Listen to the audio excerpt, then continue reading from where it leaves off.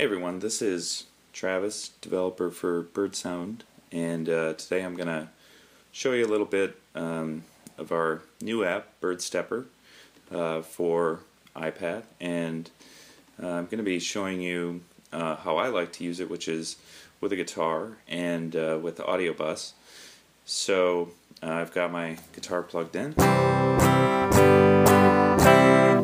and that's just the essentially dry signal. I'm running my Gibson 335 into an Alesis I/O dock for audio or analog to digital conversion, and yeah, that's basically the setup. So I'll just show you a few things about kind of the main screen here on birdStepper. So there's these three controls here that are fairly self-explanatory, but I'll demonstrate them a bit. So I'm getting a little bit of a hum from my guitar and the ADC, so I'm going to just bump that noise gate up a little bit so that I can play, and when I'm not playing it just cuts the sound entirely. I'm going to compress it a little bit just because. Bump up the volume just a bit. And so that's my unaffected sound. So I prepared a backing track on Loopy HD. Let me show you what that sounds like first, and then I'm going to make a preset and save it and just kind of show you how that works. So here's the backing track.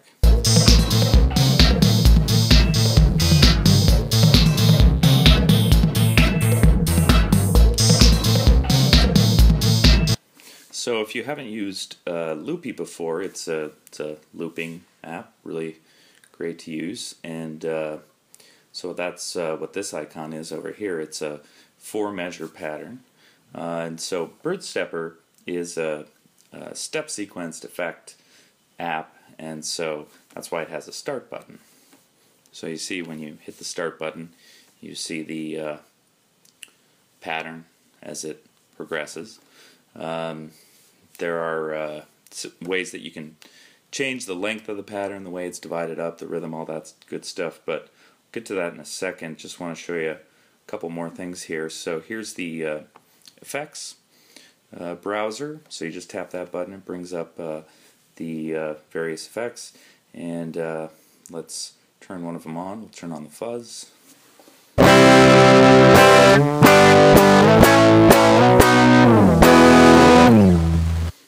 And let's also turn on ambiance.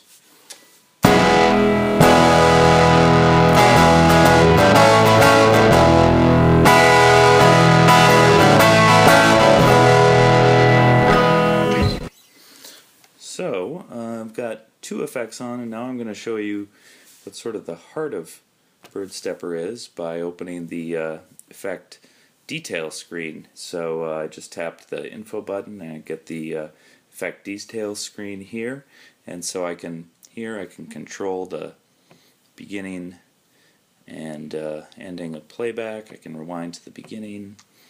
I can change the mix of fuzz from close to 0 to 100.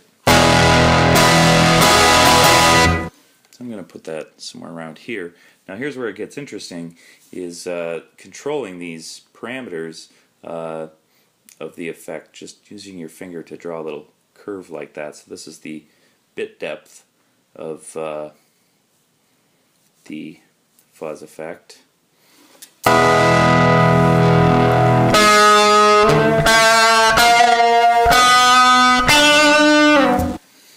And so what it's doing here is this playhead, you can see it as it progresses with the pattern, changes the value of that parameter. So I'm going to make the bit crush a little more apparent, and I'm going to make the curve a little more dramatic there.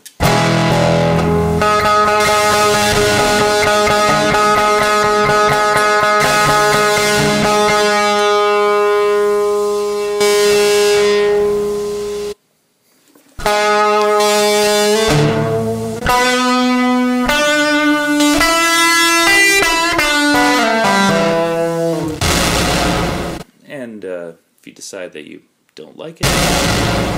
Whoa, hit the clear button. So let's actually just go with that sound for now.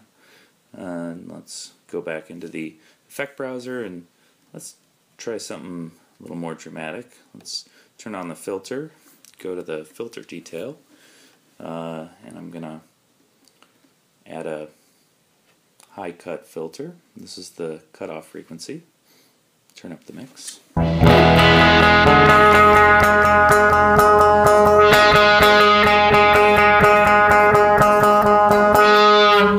gonna make that curve a little more dramatic. I'm going to increase the Q or resonance of the filter, and then I'm going to add a low frequency cutoff filter that'll progress in a similar pattern to the high frequency cutoff.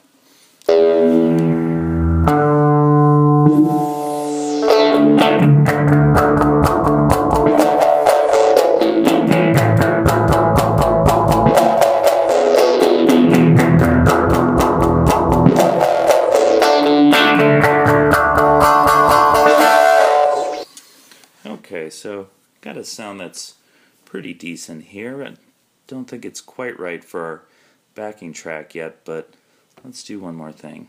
Let's add in a chorus effect, and this chorus effect can get pretty wild if you wanted to, so I'm gonna just put in this really big hump in a couple of the parameters toward the second half of the pattern, and it's going to be a pretty interesting effect.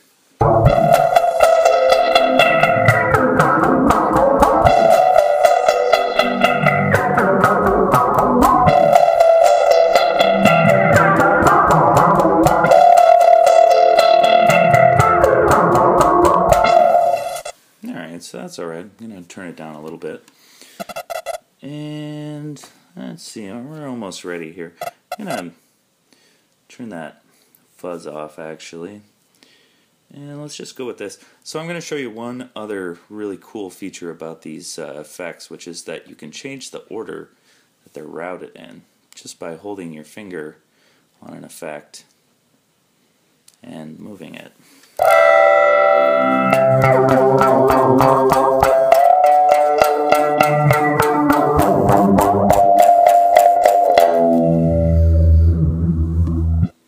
The effects are routed from top to bottom. Oops, that's not what I wanted.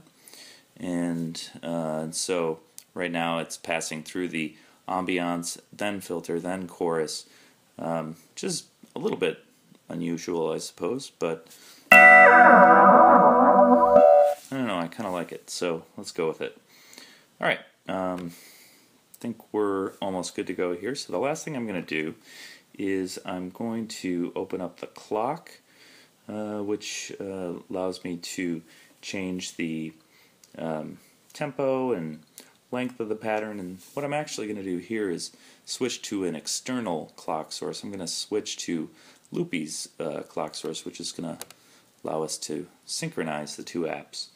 So now I'm going to hit play on Loopy, and what I want you to watch for is you'll see the tempo change to synchronize.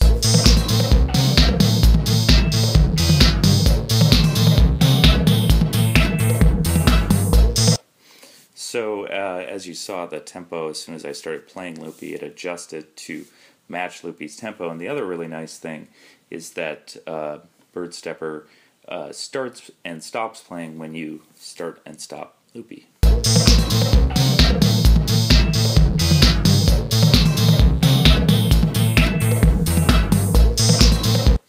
Okay, so enough yakking. Let's see what this preset sounds like, huh? Oh wait, we gotta save it first. Okay, so we're gonna tap the save button, and we're just gonna call it test preset, and save. And just to show you how this works, tap the load button to open a preset. These are a couple of others that I've already saved. We're gonna open the test preset, which of course is just the settings we already have, and let's play along with the track.